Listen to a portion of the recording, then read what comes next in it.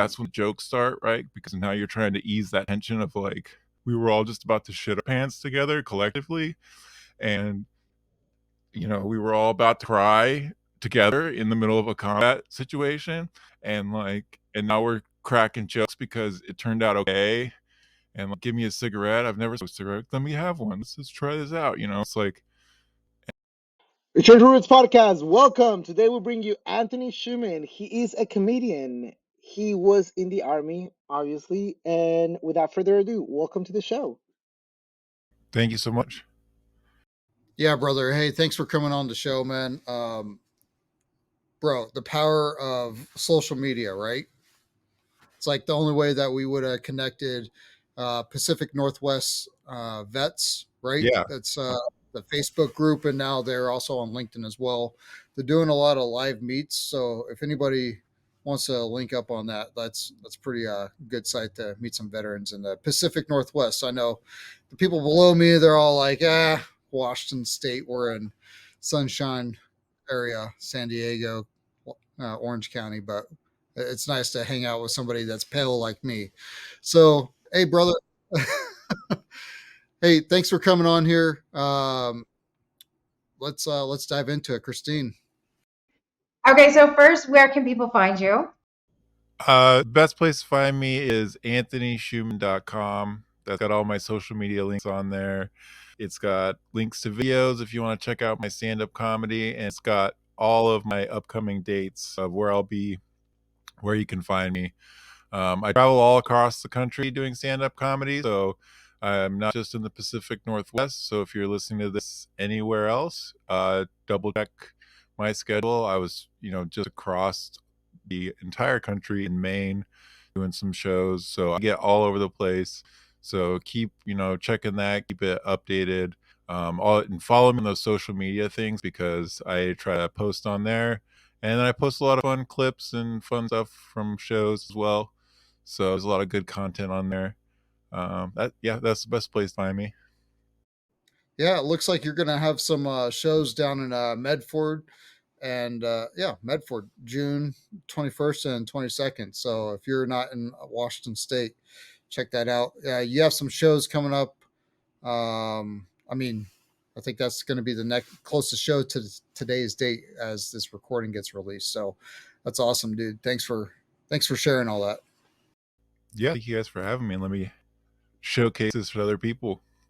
Yeah, man. And quick question for you, bro. What kind of content or media do you suggest transitioning service members as they're transitioning out to start digesting, man?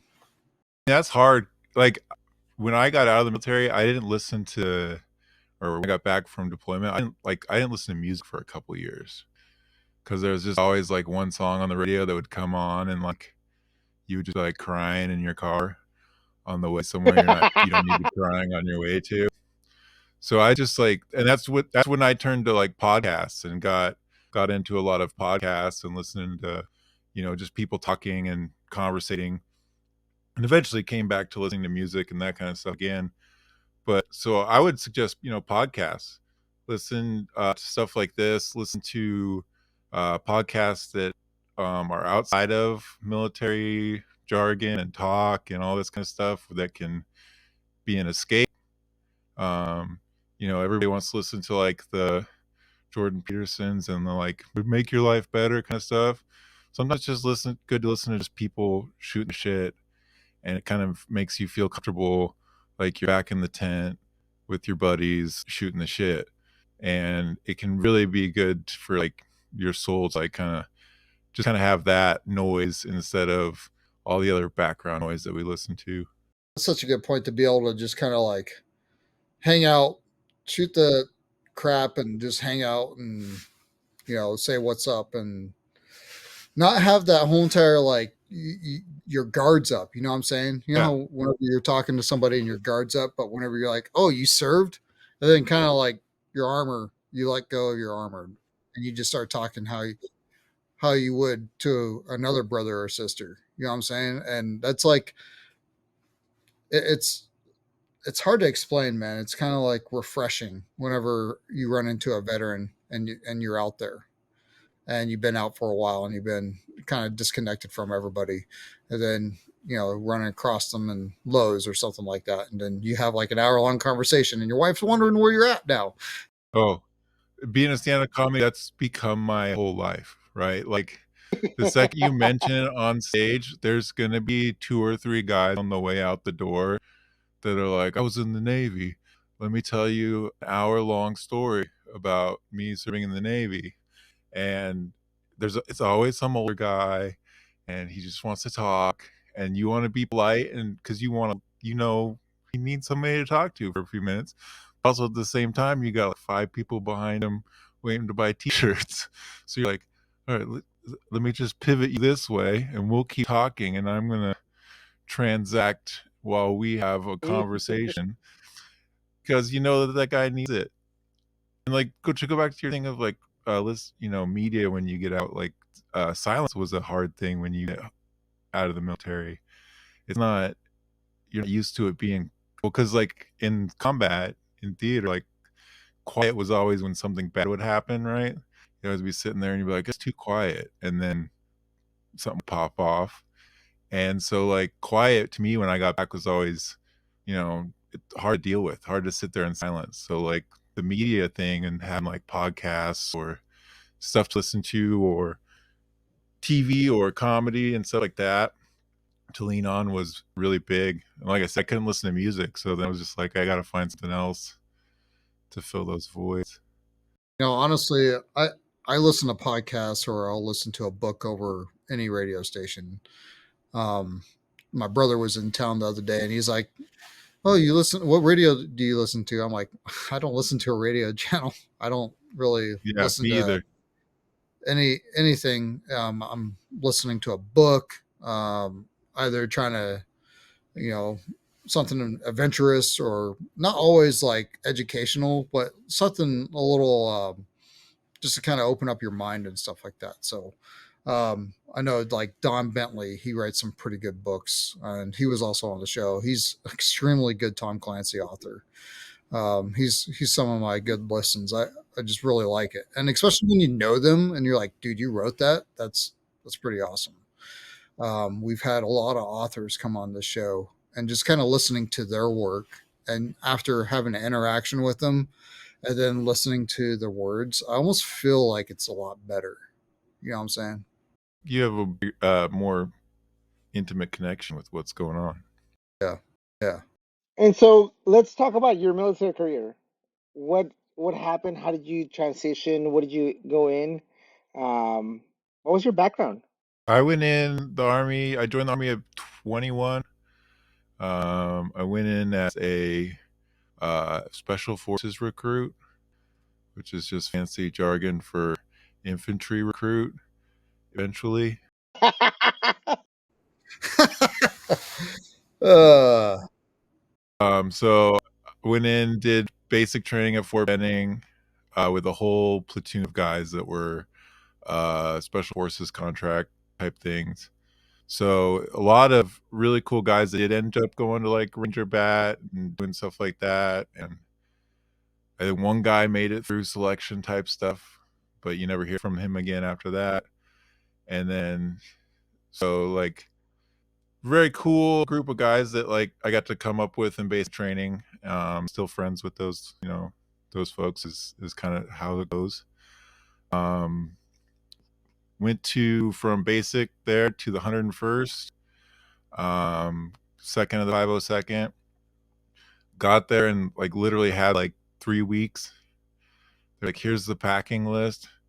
We're leaving for Afghanistan in 3 weeks. You need to have everything on the packing list by Monday for a layout. And like half of like the RF, like the stuff that they issue you is already out. So you got to go buy all that too. So there goes all of your first like 2.5 paychecks from basic training was like that's all gone. And then on top of that, like I didn't know anybody, right? Like I was like so new to the unit. It's not like I was deploying with guys that I had trained with or like all these guys that I just went to basic training with. It was literally like, hey, you're just thrown in here. So now you're going. So like I didn't even have like anybody to talk to for like the first like 3 months, right? Like till I like really settled in and started making friends. Um, so you deploy. We were in Kandahar, southern Afghanistan, about 2010, 2011. The big push kind of through the tip of the spear type operation stuff. We had a lot of loss in our deployment. We had 26 guys in our battalion that got killed, and then a ton of casualties and stuff like that.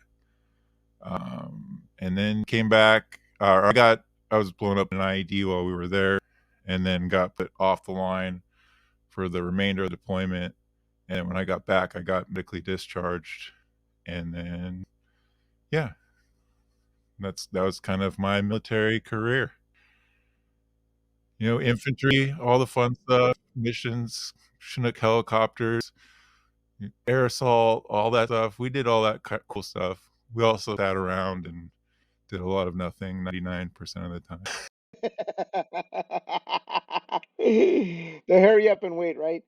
With that background, what advice would you give to someone that is thinking about joining the military? If you could go back to before when you were 18, 19, 20 and tell yourself, hey, this is what you need to be successful in the military, what would you tell them? Wait for the Air Force recruiter to call back. ASVAB hire for the Air Force. Oh, I was high enough. I should have just waited for him to call back. That's the thing about Oh the man. special forces recruit thing. Like you got to score high on the ASVAB, but then you're like, yeah, I'm so smart. I'm gonna be this guy, and your fucking brain not thinking that you're not gonna run faster than all these other dudes and do all this other stuff. And then you get there and see that like you're in a platoon full of these dudes, and I'm like, oh, this is not like I'm not special at all in the special forces. I just got duped. I got duped into getting a smarter guy into the infantry is what I got. Is a marketing plan is that's what it was. If I was to give somebody information, look for something that really has a good certification coming out of the military. Like infantry has no certification coming out. Even like your medics kind of have some better certifications now. I know like when I was getting out, they were starting to make it so you had more certifications getting out of the military, maybe even like your initial nursing degrees and stuff like that. Um, One big one that I could have done was like microwave systems technician, which is literally setting up the antennas and cell towers and communication equipment. You get out of service, you're making 200 that grand a year climbing cell towers, and you have all certifications getting out of the military because that MOS comes with all of that. So, and it was like a big juicy signing bonus probably on top of that. But my go be manly, join the military brain was like special forces, sign me up, when I should have been looking at like, hey, if you get hurt, what career can you have? Because you can't be infantry and be a cop or all these other jobs that you could get out and do with your infantry background. Because if you get hurt, then all that stuff's off the table. And you kind of fail to realize that, like, especially in the combat arms, these are high casualty MOSs. And that's not even just, combat related, like training related, like getting hurt, falling in the back of trucks, twisting your legs, back injuries, all these carrying incredible, insane amounts of weight that just destroys like your vertebrae and your discs and all this other stuff. And so, like, think about that. Think about like, if I'm not 100% when I get done the military, what do I want when I get out of it? And then also, I thought, hey, I'm going to be career military when I went in. I'll go in, do 20 years, retire, have everything set up. You don't dictate that. You could get hurt. You could get in and be doing everything right, and they could have a drawdown and you can't re-enlist. So like you have to also plan for like something that's going to be able to give you a better transition when you get out. And stuff that gives you certifications with your MOS, those are really good things to look at if you're looking at getting in the military. And then I would not recommend combat arms unless you're a really gung-ho type person. Um, but yeah, I mean, they're out there. There's guys out there. There's guys like me that signed up. There's a lot of us out there, but um, do yourself a bigger favor on the back end if you look for something that'll reward you. You transition out of the medical side of the house. What Yeah. advice would you give yourself to prepare yourself for that kind of stuff? I mean, you already mentioned about the MOSs. You already talked about being able to or thinking about preparing for that before you join the military. But once you're already in, how would you prepare if for a possibility of getting hurt? Um, I don't know if you can prepare for it, right? I think there's a level of, especially in combat, where you have to like disconnect from this next step could be my last step, right? And like I even had a therapist describe to me as suicidal one time because in combat or in Afghanistan, I was a gizmo operator. That's like the metal detector thing. So you operate point and you're sweeping with the metal detector to see if there's any IEs. And I was telling the therapist about this. I was like, hey, I would sweep with the metal detector, but I'd also like step really hard. Because I was like, at least if I missed it, I would wanted it to be me and not like all my buddies. And he's like, you were suicidal. He's like, that's not a normal thought. He's like, yeah, you may have had like this noble tie to it, but like you being okay with your life just ending is also not right. Like you have to like put yourself first sometimes, and like that's just this suicidal thought even to even want that. And so like you can't you can't think about it when you're there. You can't think about it when it's going on. And the only way to there's no way because you can't. I mean, it could be you could. The injuries are so wide and so vast from like a TBI that might affect you and just talking to people for the rest of your life to losing a limb or multiple limbs that could drastically affect your way of life for everything for the rest of your life. So I don't know if there's any just know that it's a possibility. I mean, going in, I think that I mean statistically it's not that bad. When I went in, I was pulling up statistics and I was like, how often do you die? How many people are dying? How many soldiers are going over there?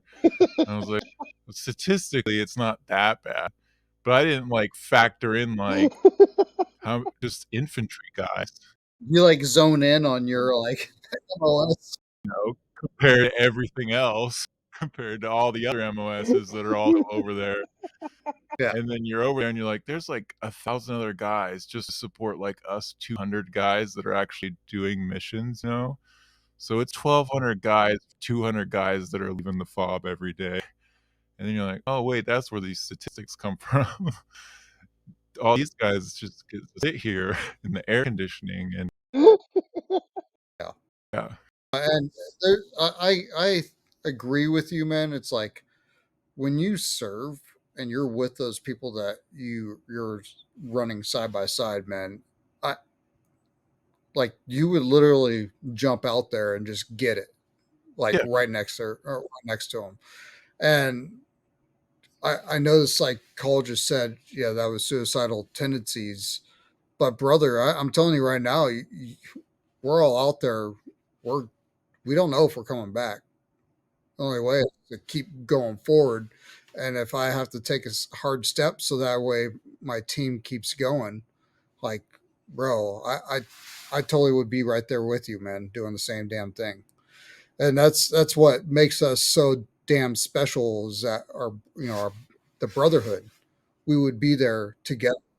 Like up on the flight deck, on an aircraft carrier, you got all these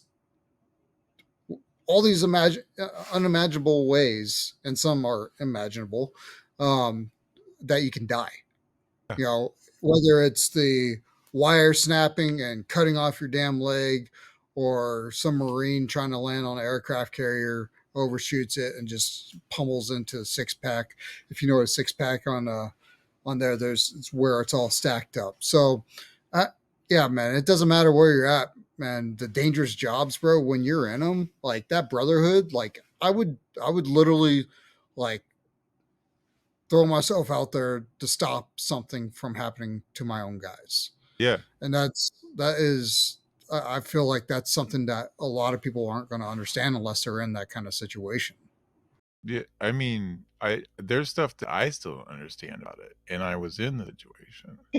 Like, Right? well, just like, like war stories, like I'm not big on sharing a whole bunch of war stories.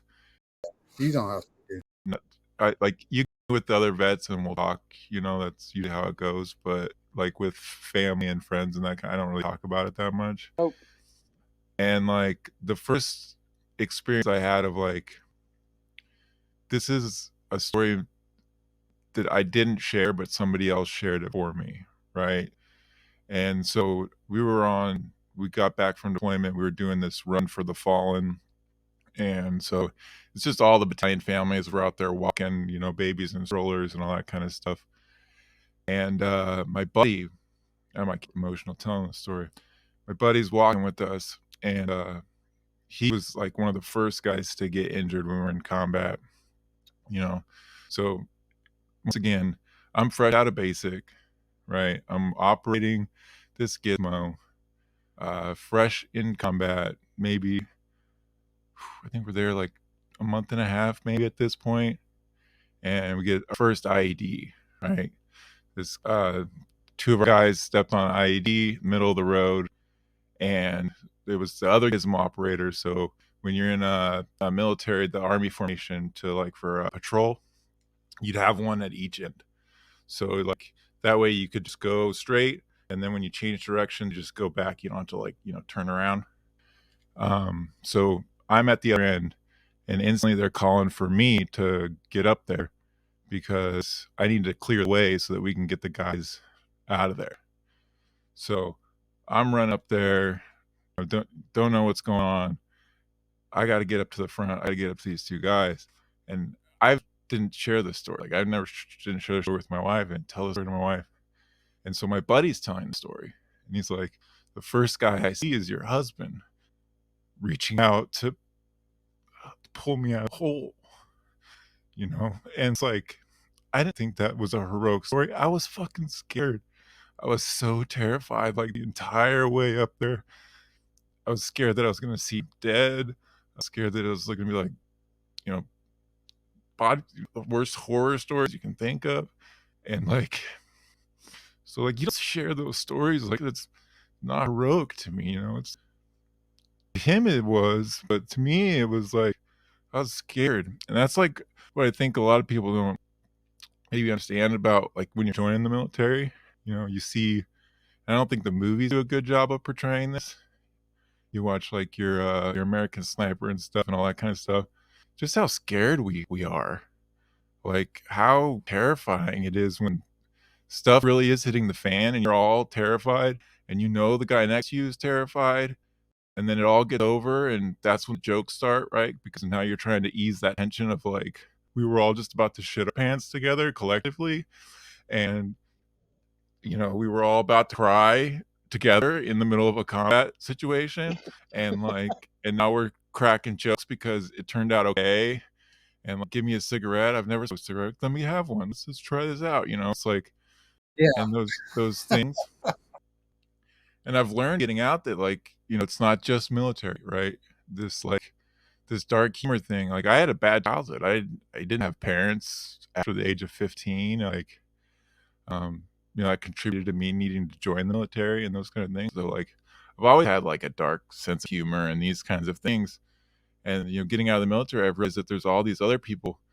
Whether it's police officers, firefighters, my wife's an ER nurse, that like they also thrive with this need for a dark sense of humor, right? This need to like process what we're going through by joking about it, by relieving the tension, by when something really silly happens, it's the joke of the day. You know, we're telling everybody about it. We got to share it around, and just that need for like, yeah, laughing about stuff. And like, even the military stuff, I've just come around on like talking more military stuff on stage because like once again, like I didn't see the humor in a lot of it at first. And the more I've started to share stories with other comics and that kind of stuff, the more they're like, you should talk about that on stage. Or it's a feeling like you come talk about masculinity in my set, about needing to feel masculine. And it's kind of why like I joined the military was like, you need to feel masculine. And then I talk about how like some of the gayest things I've done in the military, right? Like we're all doing showers together. We're all doing all this weird stuff. And like, you know, contrasting this view of like that it's all this big masculine thing to like go to war and be in the military, but most guys are built like me in the infantry, you know, 180 pounds soaking wet. There's two guys on your team that buff and they get the machine gun, and then the rest of us are, you know, like this. We're scrawny little nerdy white dudes. You know, that's the majority of infantry. Some non-white dudes, they're still nerdy and scrawny. It's just nerdy scrawniness. It's just all nerdy and scrawniness. Like seriously, so much anime going around, so much things. Like it's it's all like nerdy little guys. The anime thing always cracks me up. It's always the it's always like where all the like you think that there would be no nerds at, and there'd just be full of anime and all that stuff. Yeah, you think it's all gonna be like brawny dudes. That's it. Like everybody after they get out, like they get the beard and they put on like 20 pounds extra of muscle and they start eating more. And they all look like the jacked infantry dudes, but that's not what they look like when they're in. We all look 100. We're emaciated. We have to run 800 miles a week. It's terrible. Hmm. And I like the part where you were talking about you're telling people, hey, before you join, make sure you got a certification, man, Yeah, because I can relate to that, man. And the only reason why I joined the Navy over any other branch is because I had someone in my ear saying, at least make sure you get a job. So I know when I originally joined, the job I was going for was rescue swimmer, combat rescue swimmer. yeah, I didn't pick the right job, but at least I picked the right branch that would typically train you for a job. yeah, So, yeah, I totally relate to that, man. And like, dude, it made me flash back to the moment where my dad would say, "Chris, don't don't join the army, don't join the Marines. Like, join something that's going to teach you something." So, um, I think I think you could learn. I posted something the other day, and it got a lot of kind of like mixed feelings. And one of it is talking about not letting your branch of service, not letting your MOS, not letting your job title or like what rank you are, what pay grade you are, not letting that define you. Because I think that if you would have been able to stick in a little bit longer, you probably would have figured something out and you would have started working towards that. But the fact that you got fucked up essentially while you were in service, you know, and that that messed that up. But I think that just because you're infantryman doesn't mean you can't get yourself IT certifications and go to college and become IT professional while doing that kind of job. I think it's highly probable, but you just need time. It's not yeah, like you know what I'm saying. So when you got out, dude, like obviously you said, hey, your career of being infantry type jobs, police officer or anything like that was out. So like what did it take for you to find your purpose when you got out and all that? So it took a while, and I think people should hear that it takes a while. It is not immediate, and even when you want it to be, and you think everything is going smooth, and like everything's starting to fall in line, one little thing can change a lot of stuff. And just like anything else in life, like one little thing can change the whole course of your life. And just be ready, um, especially if you're transitioning like with PTSD or any of those kinds of things. I think there's a lot of extra steps. So I went back to college, used the GI Bill, went to Evergreen State College, just it's near me here in Olympia. Both me and my wife went at the same time with 2 kids, and both got our college degrees, graduated together. My wife continued on to become a nurse and now a nurse practitioner. And then I went into Sugar mama. yeah, now, yeah. And I went into military nonprofit for a little bit, worked for a nonprofit. Um, and then from there, um, once again, the PTSD, the mental health stuff, you got to be ready because it's going to rear its ugly head. And it did rear its ugly head. Ended up, having to get into some major therapy, some major, went into the VA hospital for a little bit, all that kind of fun stuff. And from there, I joined the group therapy program. And I would very much strongly suggest as well, if you're a military vet and you're going to all of these VA things and you're like, this is not really helping, try to find help outside of the VA. Sometimes when it's just the VA group sessions can get into very much let's share war stories for an hour to an hour and a half.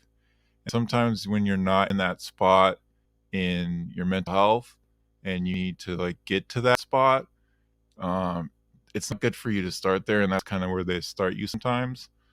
So like go outside. Don't be afraid to go outside the system. Find somebody locally that can work with you, and it's not always easy. I had to go talk to a bunch of people because there are people that won't see veterans with PTSD. They think they're ill-equipped to handle it, and which is really not true. It's just like any other complex PTSD. And if they give you like the same tools and the same time, you can work through it.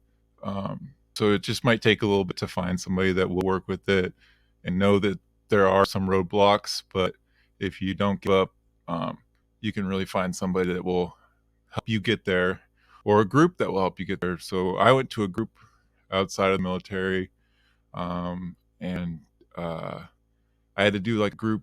In that group, I had to make a goal in that group, and part of that goal was like it had to be selfish.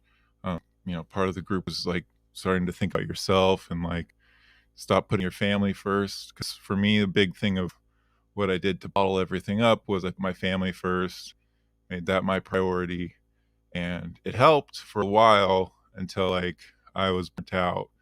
And so this group was kind of like, hey, you gotta start thinking about yourself. You gotta start thinking about taking care of yourself and these things. So you had to make a goal in that group that was just for you, completely selfish. And it couldn't be like something for your wife, something to help out the family. It just had to be like just a you goal. And so I said, hey, I'm going to try stand-up comedy open mic. And something I've always wanted to try. I'm just going to go do one and try it out. And so I went and did one at like this little bar downtown Olympia here, like a really grungy punk rock place. I think the grungiest punk rock place you can think, and then put like 80,000 more stickers on it. And that's this place. And it only fits like 20 people, like shoulder to shoulder in the back of this room. And it would fill up every week. And so I went my first time. I did okay enough for it to like hit me like a drug. And I was like immediately hooked on stand-up comedy. And so like Awesome. that one turned into like, hey, I'm going to do one a week is now the goal. And that quickly turned into, hey, I'm going to do this 3 times a week, 4 times a week. And that was like 5 years ago. And And so since then, like, I've, traveled all over the country, all over the world. I did Scotland, I did Edinburgh Fringe Festival with stand up. I got to work with cool people. Starting to get a lot more vets coming out. I've started to, like I said, share more veteran stories and posting more in like these veteran groups and things like that. And people have been coming out and seeing the shows and connecting. And like I said, the dark humor doesn't always connect with everybody. So it's nice when I get some vets in the audience, because I'm still finding my audience and they're still finding me. Like, it's kind of that thing of like people are just coming to see a comedy show a lot of the time because I'm not recognized. And I'm starting to get those people that are like, "Hey, I'm coming to see Anthony because I saw him on Facebook and he's doing fun stuff, and I want to see more of it." So it's starting to have that change, which is really cool. And like I said, it's been cool to just talk to people, whether it's doing like VFWs and shows for vets and that kind of stuff. I really want to get overseas. If anybody listening has any connections to like USO stuff, USO tours, 80s type tours, base tours, that kind of stuff, hit me up for that. That's one of my big goals ever since I started this, was to be able to get overseas and perform, do stand up, and you know, Yeah. Well, we can hook you up to Iwakuni. We got some people over there. Any listeners that are listening right now, I mean, you could always hook a brother up. I mean, his AnthonySchuman.com is scrolling at the bottom. And bro, I mean, wow, that's dude, that's so much, man. And to kind of unpack it, when you got out, you went to a nonprofit. You said yeah. that nonprofit. You cool talking about it? Which I mean, I'll talk about it a little bit. I had a really good time with the nonprofit in some ways, and then working for them probably wasn't the best. But um, the people that volunteer for that nonprofit really should get a lot of credit. So I worked for Heroes on the Water, which is veterans kayaking and kayak fishing, and they work all the way across the country taking vets out on the water, and they have a whole huge network of volunteers across the country that really do a lot of the work to run the show. And it's those volunteers that, like, I got into the program because I was a participant in the program. So like the people here, the people in the Northwest, people that run the chapters up here really became family and like really helped me get a lot of things. Um, yeah, I mean, I would them definite the gratitude. I bro, the whole entire audience finding thing, man, I totally get that. And anybody that's doing any kind of content at all, that's kind of true for Yeah. everything. So, dude, that's like, I like that, man. You know, you're finding your audience, and your audience is finding you, and it's crazy, man. Because we've been doing this for, oh man, how long have we been doing this, Yogi? Over a year. Yeah, almost. Yeah, we're getting close to a year and a half, man, and it's crazy because we're getting people reaching out to us and talking about how they're using this during their transition. And What are your thoughts, Christine? When you knew you were getting out, did you plan for getting help? Did you know you needed help? You know, you're getting medically discharged, but what did you walk through at that moment when that's going on and you're walking through the motions? Like, I'm professionally wise, I knew I was going to go to school. So I knew I was going to use GI Bill. So I already had, I was already enrolling. I was already, getting accepted, everything set up so that, because I knew the GI Bill paid the way it pays. My dad was a vet, so I got the little chunk of it when I was in college before I joined the military. Um, so I know how it paid out, and you have to be in school. So I was like, I need to enroll so that we go home, we have this transitional leave, and then school starts, so that we have money for rent and we have money for all this kind of stuff. So I made sure like all of that stuff was set up. The mental health stuff wise, I did not have everything set up. So I was very much just um and the military does not do a good job of this. I don't feel, you know, you get out and then that's it. Like once you're out, you're out. Once you're free, you're free. And part of it is you don't want to go back. Last thing I think I wanted for like the first 6 months to a year after being out of the military was to just be on a military installation for any reason. And like I said, now I want to go back and perform and see people again, all that other kind of stuff. But like those first 6 months, I'm free. I'm out. I'm done. Don't gotta do PT no more. Don't gotta dress a certain way. Don't gotta do shave. But I would not prepare myself for the mental health. And I knew, like I was prepared. I thought I was prepared. I thought I was like, hey, I'm on top of things. I'll go to counseling. I was doing like I said, like these veterans service organization type stuff and outings and those kinds of things. But it still wasn't enough as far as like being engaged with like a therapist on a regular basis, whether it's weekly, bi-weekly, monthly, somebody that you can check in with, somebody that's an impartial judge of what's going on. Because the PTSD thing, like if you've ever been in that hole, the whole hole where you like, think of ending it and that kind of stuff, if you'll listen to your wife and the family and them telling you, hey, we love you, it's gonna be okay, but you won't believe them, and then having somebody impartial that's gonna be like, hey, things will be okay. Things will be okay. Listen to the people and what they're saying. Like, to just be that third voice in your head. I say third as if I have two voices in my head, but I think there's only one. You might. I think that there's two, bro. There's all, in my opinion, there's a positive and then there's the negative, man. And sometimes, we just gotta silence that negative, not necessarily repeat the positive stuff over and over again, because I think that that positive is always saying something, but that negative is trumping it. So So I also think in the back of my head, I built a system around me, without maybe trying. I was like, hey, let me get these other vets into my life and let me, have my wife and my family and let me make sure that's, working. And then when I needed them, they were there. So like, I think subconsciously I was building, that net for myself, but I didn't think I did it consciously of like a plan of action.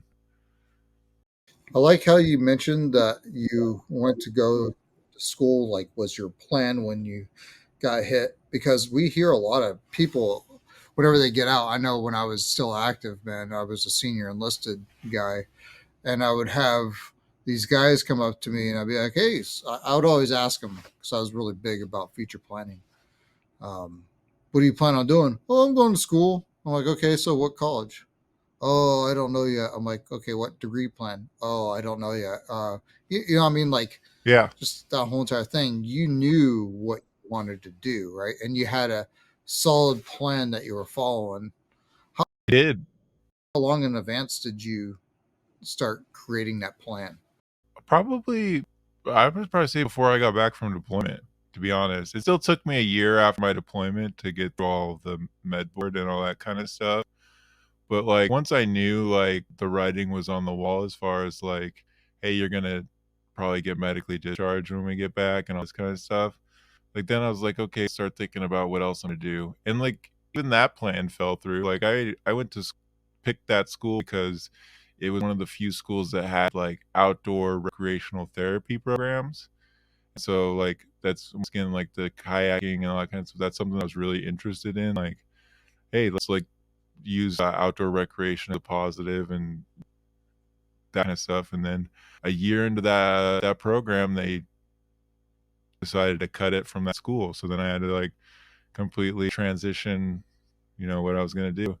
And then now I'm a comedian and I don't use my degree at all. So it didn't matter. It was I would say it's a waste of time, but it paid the bills while I was in school. Like if nothing else, use a GI Bill just to give you an extra year and a half after you get out of. Plus you can, I mean, it lasts a lot longer than that, but take a year and a half and use it and let it pay your bills and let it pay rent and take some classes and just enjoy life for a little bit, and maybe you'll find something. Did you use your GI Bill or did you use VRNE? I use the GI Bill. Okay. Did you know about VRNE? I don't know. That's my first hearing of it. So VRNE is chapter 31 in the VA. Okay, so that's what I used through my dad, I think. When when I used my dad's GI Bill. So VRNE allows you to VRNE allows you, it's like a voc rehab. So like let's say you got out, right? And it's because and you have a medical percentage Yeah. of it might be 30%. It's a certain percent. So let's just go with 30 because it sounds about right.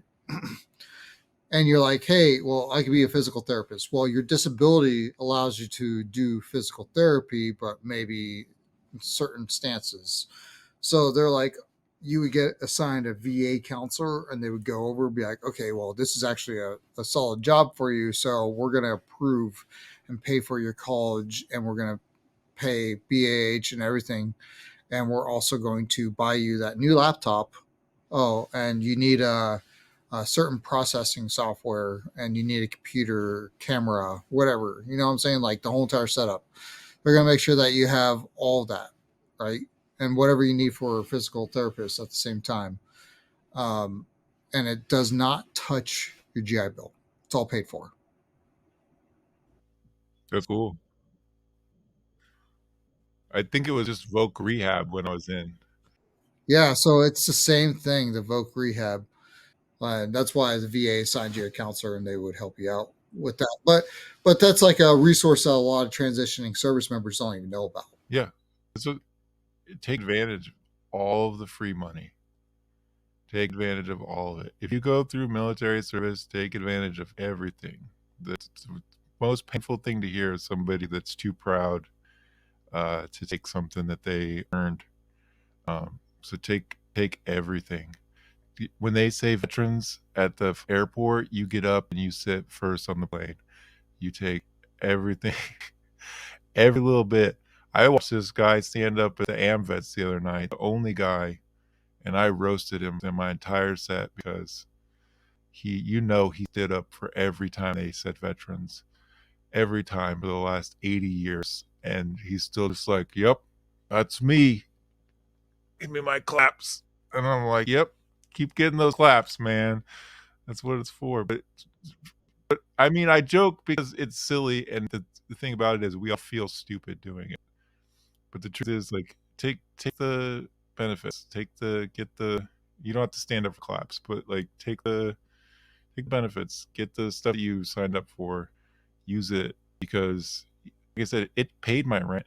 It paid for us to have a roof over our head. Our kids were in daycare on campus, so like we were able to like roll that into all of this and like just really able to have me and my wife in school without one of us having to work really, and that's big. And you can really, if you can work things out, you can really game the system and make it pay for what you need. And I mean, it's not gaming the system, it's just using what's there, but you can really figure out how to use, like you said, a whole nother set of benefits that I didn't even know about that you could also take advantage of or that you should already be taking advantage of. And even if you use the VRNE, you still get your GI Bill afterwards too. So it's like a double. And I don't think gaming is the right word. I think it's they took their pound of flesh from you. So you better make them pay for it. They took their pound of flesh. You raised your right hand. Oh, that's my left. You raise your right hand, right? You swear in. You become part of the service. You dedicate your life. You earned it. And besides, there's people right now that can't take advantage of that. So you better take advantage of it because damn, somebody freaking paid the sacrifice for this. So you better take it. Yeah, take all of it. Take it all. and it's just so it was a good resource to utilize getting out. I think a bigger resource that I've noticed lately, and even then, is just the network of veterans. Like there's a fraternity, sorority, fraternity. I don't know. Can you call it that? It's mixed. There's a group of vets in this world that have a shared collective experience, and we all have it goes back to that thing of like we'll all stick our neck out for somebody else without knowing who that person is, because they're our battle buddy. They share the uniform and that kind of stuff.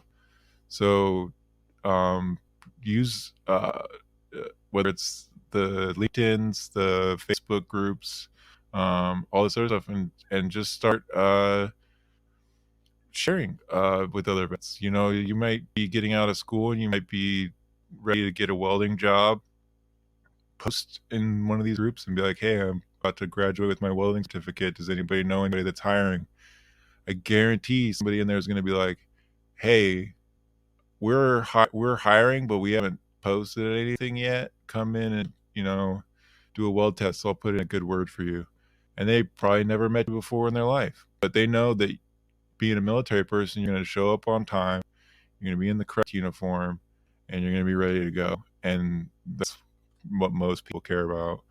Um, Even it's gotten me further in this comedy world. Like I like to wear a nice shirt on stage and not be in jeans, and I'm on time, I'm early, I'm I you know I'm so I got a uniform, I know what I'm going to wear, I know where I got to be, I know when I got to be there, I know what I got to do.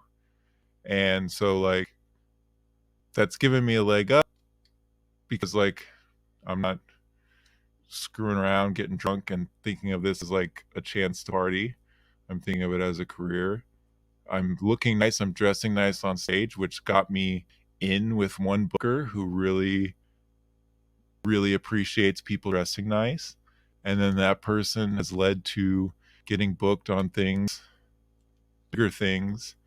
And, it's just this thing of like those little things that you get instilled in you, like correct uniform, correct time, correct place. It works. It works. It's part of just, being a good little worker bee. But then at the same time, like I said, if you reach out to the Veterans Network, of whatever it is, and you're like, "Hey, I'm just looking for stuff," um, the people are going to help you out because they already know that you have the fundamentals down. With that, man, we really truly appreciate everything that you've shared with us today. Thank you for coming on the show. Thank you for being a part of this, and thank you for elevating us. I see that everything that you're doing and your mission, it can be heartfelt when you're being an advocate for us. So we appreciate it. Thank you. Thank you for having me. Yeah, it's always great to share this. I'll say one thing, like this sharing a lot of this stuff is not easy either. So like as like you meet more vets and that kind of stuff, we talked about how like you'll run into other vets and then it'll just turn into a conversation. You start to realize how many guys are out there like that have gone through the same stuff, and then that also makes you realize there's just a lot of people out there going through a lot of stuff, and it's not just vets, it's not just us, it's a lot of people going through things. So make people laugh, make people have fun, try to spread joy. Life's too short to just be angry at each other all the time. I think we've really lost sight of what it's like to be human, and we've turned into fighting, henpecking at each other constantly. And if we all just realize it sucks for all of us, it sucks. Life sucks. This ride on this rock sucks. But if we have fun, we'll have a good time. And that's making each other laugh, being friends, hanging out with people, and stop griping about all these little things that are going on in the world. We just open up and love each other. the weirdest thing about the infantry, man. Is like it was probably the most opening and inviting group of guys, and like I said, it's not what you expect. It's not what you expect. Like, it's weird. You literally described my son-in-law to a T, who is infantry. And I took all the guys out to dinner just to treat him, to spend time with them. And I swear to God, I thought, what the fuck are you guys doing? So when you describe some of the situations and the scrawniness and how they are and how they act, yeah, that's pretty fun. Yeah. Yeah, I mean, it, I think I feel like looking at it now as somebody that's outside of it. I feel like a lot of men sign up for the military because we didn't have dads. We need to learn how to be man. We need to learn how to be manly. We need some. We're lacking it somewhere. Maybe it's our size. Maybe it's we were picked on in school and that kind of thing.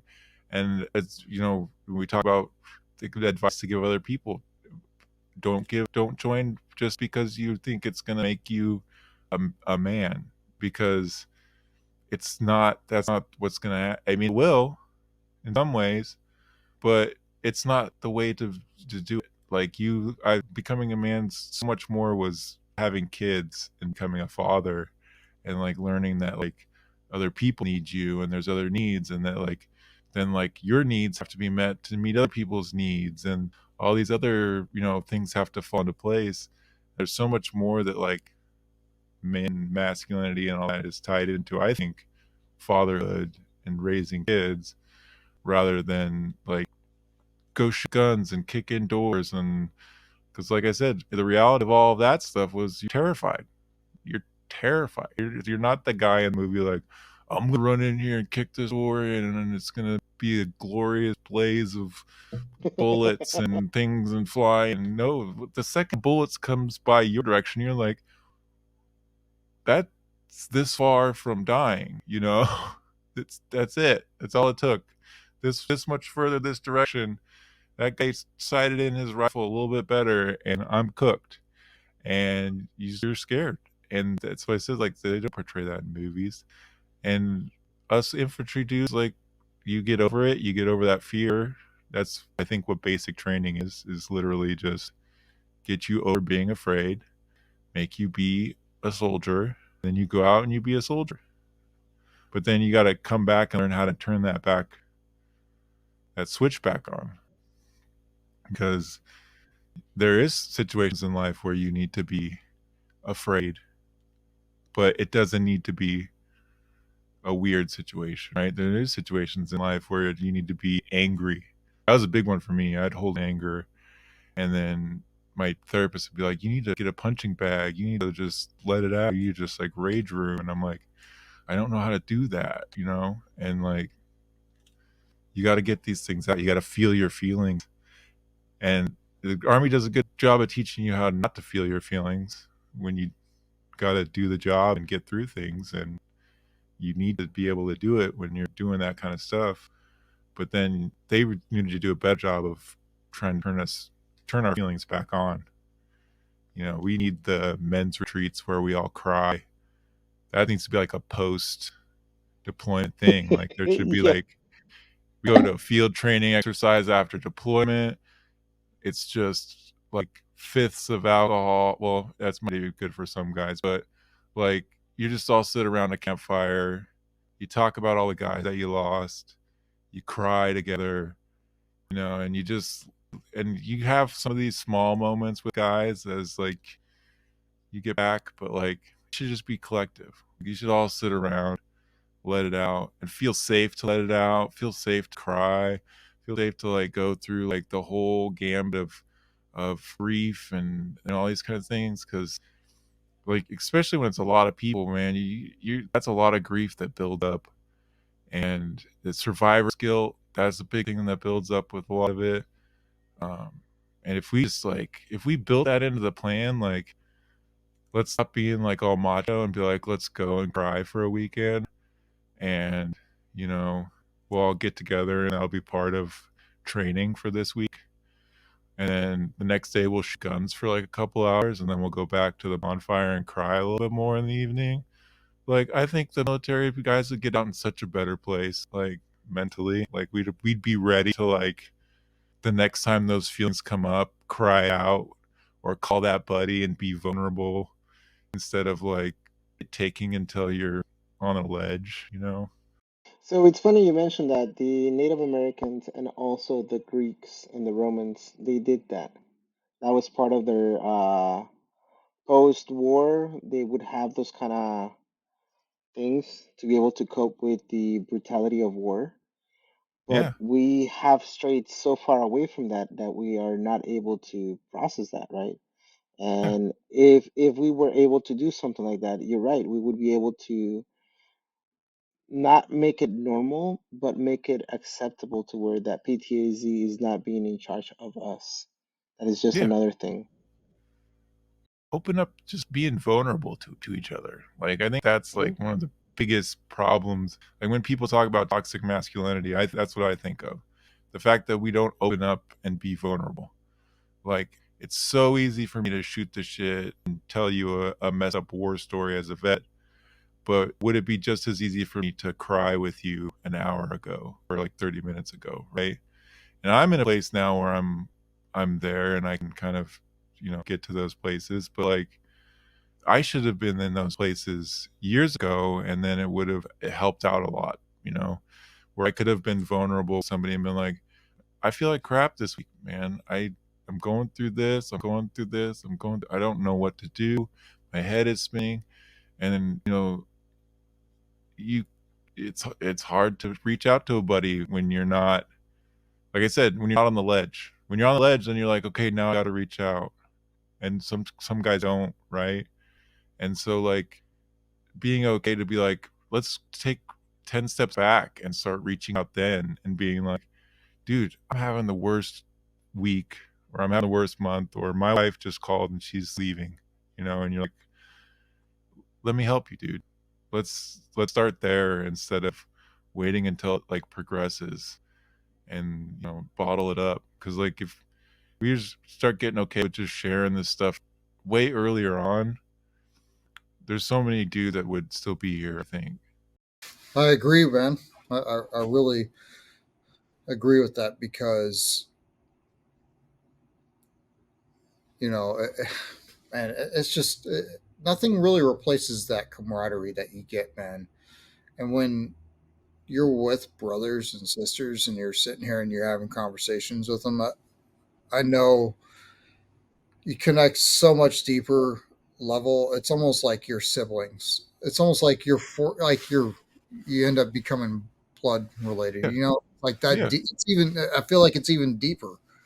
And one thing that I want to remind everybody that's listening is, don't be afraid to one. Hey, don't be toxic, right? Don't be afraid to tell them that you love them. Yeah, that too, man. That too. Like, Yeah, don't be afraid. My big thing has always been gratitude. Losing people has made me realize, just say thank you when somebody does something that you really appreciate. Say thank you. Say I appreciate you. Thank you so much. And then yeah, I love you. I care about you. Thank you. yeah, Or hey man, I think I texted a friend the other day and then he thought I was on the ledge, but I was just one of those things of like I was just going through being grateful for the day and like trying to go through my gratitude things. And I was like, hey, this guy's been a really good friend. Let me just text him, hey, thank you for being a good friend. I really appreciate our friendship. It's been really nice, the stuff that we've got to do together. And he texts me back, is everything okay? And I'm like, You have a yeah, powerful yeah. message and people need to hear that. And, I'm listening to you, and I work with veterans a lot of times where they won't talk and then all of a sudden they're just pouring out, right? And what you're saying is amazing. And how many people don't know that? I mean, it sounds so common, like everybody should know, but I talk with people on the regular that have no thought. They would think just like your buddy, like, are you okay? Like, what do you? So many more people need to hear your message. And I think it's incredible that you're sharing this. Even me, like I'd wear it on my sleeve, right? So I'd be the guy that'd be like talk about things, do this, do that, but like I really wouldn't actually be talking about what was bugging me, you know? Yes. So I could be like, hey, do this, do that, do this, do that, and then still not implement it myself. Or you get into that mindset of like somebody's got it worse. Somebody had it worse. Somebody went through worse. And a pride thing of like just throw the pride away, you know? Think about It's not yourself. always pride. No. It's self. It's being humble. Selfless, and And I think it it's goes along with the guilt too, right? Like when you go through things and you see guys get more hurt or that they don't come back, you feel the guilt of all of it. And you're like, okay, well, it yeah. wasn't that bad. It wasn't that bad for me, so it's okay. I was doing a veterans event one day. I was driving up with this woman. We carpooled together to go to the kayaking thing, and we're kind of telling stories about how we got involved with the PTSD stuff. And I was telling my story, and she's like, mine was not that bad compared to yours. And she had been through a victim of sexual assault while she was in the military. And I just turned to her and I was like, no. I was like, we all go through traumas. There's no trauma meter. Your trauma is the worst thing that happened to you. My trauma is the worst thing that happened to me. No matter what anything else that happens, those are both the worst things that happen to both of us. And it's equal. It doesn't matter. And it's this PTSD thing of like, I didn't go through what you went through. It's not so bad. Um, it's an abuser thing too. Like you're literally like becoming Mm-hmm. your own abuser of like, it's not that bad. What you're going through is not bad. You're okay. You're fine. And you got to reprogram yourself to be like, I'm not fine. I'm not okay. Even just a few weeks ago, I was going through like a spat of like, I'm not okay. And I had to tell my wife, I was like, hey, I'm at the end of my rope. I'm not okay. I need some extra help, but I'm in a better place of where like I'm like I said, I'm not at the ledge asking for help. I'm 10 steps back. I'm like, I'm moving to the ledge, but let's, start talking Let's now. stop me. Yeah. Mhm. And being able to recognize that is extremely powerful, extremely powerful. And I mean, unfortunately, we go and we talk about that statistic, right? 22. Some people say Yeah. it's 44. Um, it's very disturbing and it's very sad that we don't talk about that. And you're right, it is a lot has to do with that toxic, and I wouldn't even just say masculinity, right? Because we have a lot of No. females that are part of the service, right? It's just a lot of that we don't want to. It's almost like if we don't talk about it, it doesn't exist, right? Yeah. And if it does exist, it exists for somebody else, and that somebody else needs to go talk to the professionals. We Yeah. group here, we're good, right? And that's why we're afraid of even bringing it up because, oh, if I say something like that, then I'm going to be part of that group. I want to be part of this group. And then we just bottle everything in. Thank you for bringing awareness about that, man. And thank you for being vulnerable and sharing about such a difficult topic, especially when it comes to mental health. I mean, it's going to be something I wear on my sleeve going forward. Um, it's affected, like I said, it's part of the reason I started getting into stand up comedy was, because I needed an outlet. And literally, stand up comedy, it scratches all those military itches. I got the rush when you get on stage. You get that rush of adrenaline. You got the adrenaline dump after you get off stage. You got the hurry up and wait before you get on stage.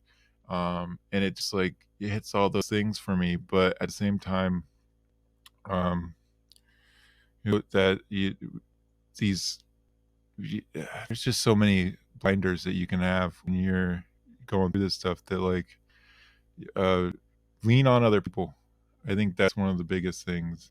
And then I think another thing to say is like if you're somebody that's out there that's trying to support somebody going through this, um, just don't be afraid to like really inject yourself into that person's life if they're, on that ledge situation. It'd be overly friendly, show up, be at their house, be calling, be making sure that they're okay. Because a lot of times, a lot of us just need that one battle buddy to latch on to, so that we know that like we're gonna get through that ambush, we're gonna get through that situation, we're gonna make it out okay. Because I can't tell you, I can't tell you how many times I am a stare off in the distance guy. When when things are getting bad, I dissociate. So basic training, second we start getting smoked every day, right? I've got a spot that I'm looking at on the wall. Every time we're doing push-ups or sit-ups, I'm pretty much looking at the same spot. Halfway through basic training, this guy comes up to me, and we talk all day. And at the end of the day, he's like, "Man, I hated you."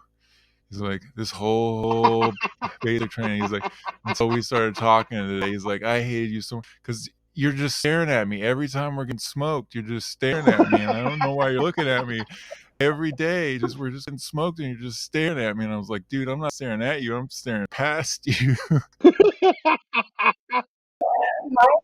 Right through you. I'm gone. I'm in another dimension. I don't know what you're doing." And he's like, "I hated you since that." And so it's been our running joke ever since. He's like, "Man, I hated you until we got to the 249 range, and then we became buddies." And I just stare off and dissociate. Get out of your zone, get out of that thing, and be gone and stare. And then your buddy's like, "Hey," sometimes you need that buddy to pull you back to reality and be like, "Hey, dude, where you at? You're dissociating." Anthony, wake up. Oh yeah. I mean, it's the accountability.